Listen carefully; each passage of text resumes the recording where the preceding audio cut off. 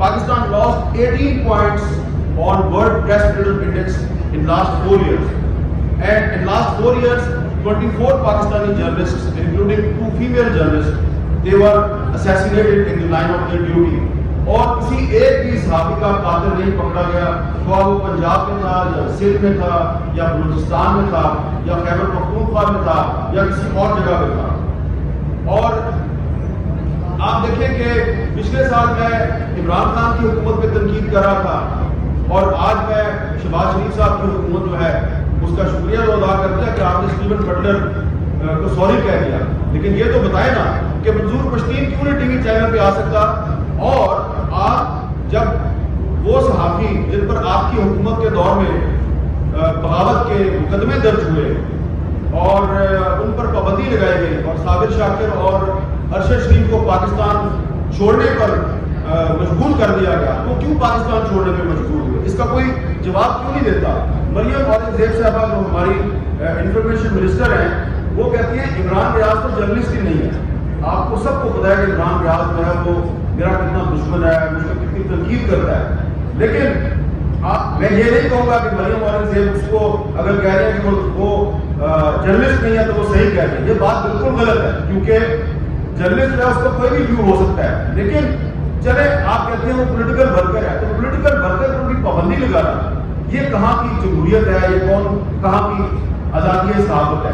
تو لہذا اس وقت پاکستان میں صرف حکومت تبدیل ہوئی ہے، حالات تبدیل نہیں ہوئے۔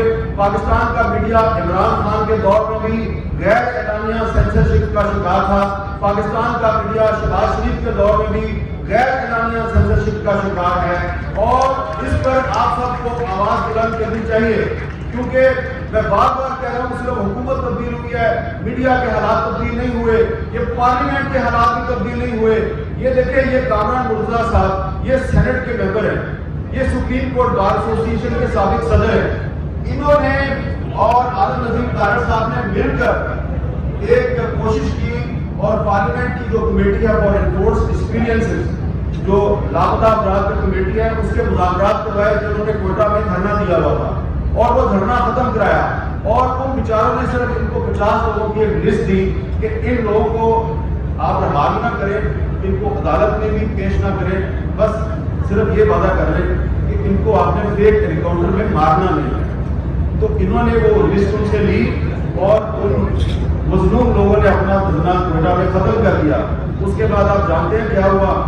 ان کے منہ پہ زور تک تھپڑ پڑا ہے۔ یہ سارے جو وزیر ہیں نا ہمارے اس حکومت کے، اس لسٹ میں جو ایک معصوم سا شاعر تھا، ایک پوئٹ، اب پوئٹ، اس کو نکال کر مار کے اس کی لاش پھینکی۔ یہ انہوں نے وہ کہتے ہیں کہ ہم نے دہشت گرد مارا ہے۔ آپ نے دہشت گرد نہیں مارا، آپ نے عالم نظیم طاہر اور رانا ثناء اللہ اور ان سب لوگ جو پارلیمانی کمیٹی کے منہ پہ آپ نے زور کا تھپڑ مارا ہے، اور آپ کو شرم آنی چاہیے یہ تھپڑ مار کے کہ آپ کہتے ہیں یہ جو شاعر تھا یہ دہشت گرد تھا۔ دہشت گرد وہ ہے جو پاکستان کا آئین توڑتا ہے۔ چلے مان لیا کہ وہ دہشت گرد ہے، تو پھر آپ نے اور دہشت گرد کا فرق کیا ہے؟ دہشت گرد پاکستان کا قانون توڑتا ہے، آپ پاکستان کا قانون توڑتے ہیں۔ یہ بات ہم پاکستان کی میڈیا پہ نہیں کہہ سکتے۔ جب یہ بات منظور پشتین کہتا ہے تو کہتے ہیں یہ بھی دہشت گرد ہے۔ تو اگر یہ دہشت گرد ہے تو پھر آپ اور میں ہم سارے دہشت گرد ہیں۔ دیکھیں فرق کیا ہے کہ ایک طرف ہماری حکومت جو ہے اس کی جو ترجمان ہے انفارمیشن منسٹر صاحبہ، وہ ان صحافیوں کو صحافی ماننے کے لیے تیار نہیں ہے جن پر آج کل پابندی ہے۔ تو دوسری طرف جو عمران خان صاحب ہیں وہ کہتے ہیں وہ سلیم صافی جو ہے وہ سلیم صافی نہیں، وہ سلیم لفافی ہے، اور وحیدہ فاروقی صاحبہ ان کے بارے میں کتنی قابل اعتراض زبان استعمال کی، دونوں میں کوئی فرق نہیں۔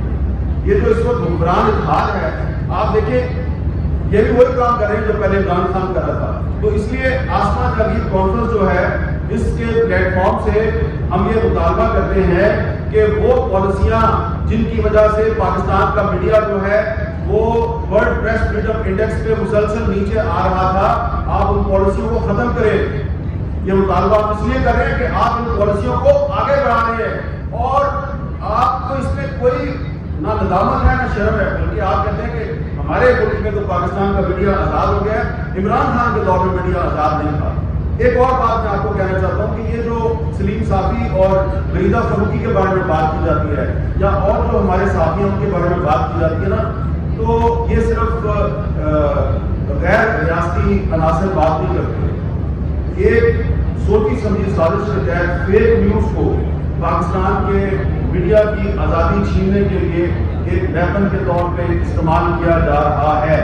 Some state institutions are using fake news to subvert the media freedom in Pakistan. They are spreading disinformation against different journalists and media organizations. اس طرح عمران خان صاحب کہتے ہیں نا کہ وہ فلاں جگہ جو ہے وہ پیسے لے کے فلاں ٹی وی چینل میں میرے خلاف سازش کی. اسی طرح کچھ ریاستی اداروں کے لوگ جو ہیں وہ بھی یہی بات کرتے ہیں. وہ کہتے ہیں جی آپ سارے ٹیکس جو ہیں، تو اگر آپ سارے ٹیکس چور ہیں تو ٹیکس چوری میں ہم اندر کر دو بھائی، کیوں نہیں کرتے آپ اندر؟ میں کہنا چاہوں گا کہ اگر کوئی یہ سمجھتا ہے کہ پاکستان کے حالات بہتر ہو رہے ہیں وہ ایم کو کی جنت میں رہتا ہے. بلکہ میں آج آپ کو ایک اور بات کہنا چاہتا ہوں، بڑی ذمہ داری کے ساتھ بات کر رہا ہوں کہ اگر کوئی یہ سمجھتا ہے کہ پاکستان کے حالات جو ہیں وہ بہتری کی طرف جا رہے ہیں اور اب دنیا جو ہے اس کے حالات بھی بدل گئے ہیں اور اب تو پاکستان میں مارشل لا نہیں لگ سکتا. بھائی ابھی 24 گھنٹے پہلے میں نے ایک جگہ پہ ماشاء اللہ کی بات بار بار سنی ہے، صرف 24 گھنٹے پہلے. اور اگر میں سمجھتا ہوں کہ اگر آپ نے پاکستان میں دوبارہ ایسے حالات پیدا کیے سیاسی جماعتوں نے یا کسی اور نے اور مارشل لا لگ گیا تو اس سے پاکستان کو نقصان ہوگا. مارشل لا نے ہمیشہ پاکستان کو نقصان پہنچایا. پاکستان جب ٹوٹا تو مارشل لا تھا. آپ کہتے ہیں کہ جو ایسٹ پاکستان میں آپ کی ڈیفیٹ تھی، ملٹری ڈیفیٹ نہیں تھی، پولیٹیکل ڈیفیٹ تھی. چلے مان لیتے ہیں پولیٹیکل ڈیفیٹ تھی. پولیٹیکل ڈیفیٹ اس لیے تھی کہ شیخ مجیب الرحمان کے خلاف پاکستان آرمی کا ایک فوجی جنرل غلام عمر جو ہے اس نے ایک سیل بنایا ہوا تھا اور وہ شیخ مجیب الرحمان کے سیاسی مخالفین میں پیسے بانٹتا تھا. جیسے بعد میں 88 میں بھی آئی جی آئی بنائی گئی اور پیسے بانٹے گئے اور اس کے بعد بھی پیسے بانٹے گئے تو 1970 کے الیکشن میں یہ کام شروع ہوا. جیسا کہ 2016 میں جو مسلم لیگ نون کی حکومت تھی اس نے پیکا کا قانون ہم پہ امپوز کیا اور وہ پیکا کا قانون آج ان پہ استعمال کیا جا رہا ہے. اسی طرح یہ جو پچھلی عمران خان کی حکومت تھی اس نے پیکا آرڈیننس جاری کیا اور آج جب ایف آئی اے کسی صحافی کو اور سیاستدان کو گرفتار کرتی ہے تو اس پہ وہی پیکا قانون کی سیکشن 20 لگاتی ہے.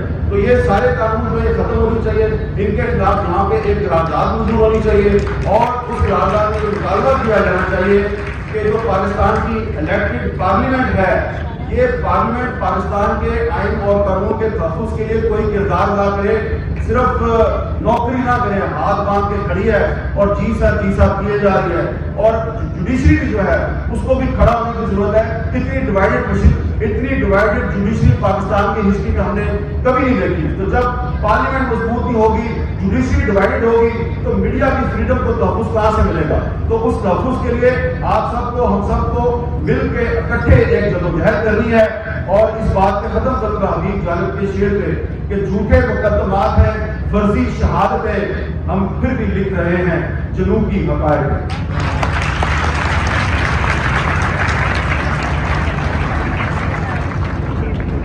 Thank you, Mr. for a very rousing speech.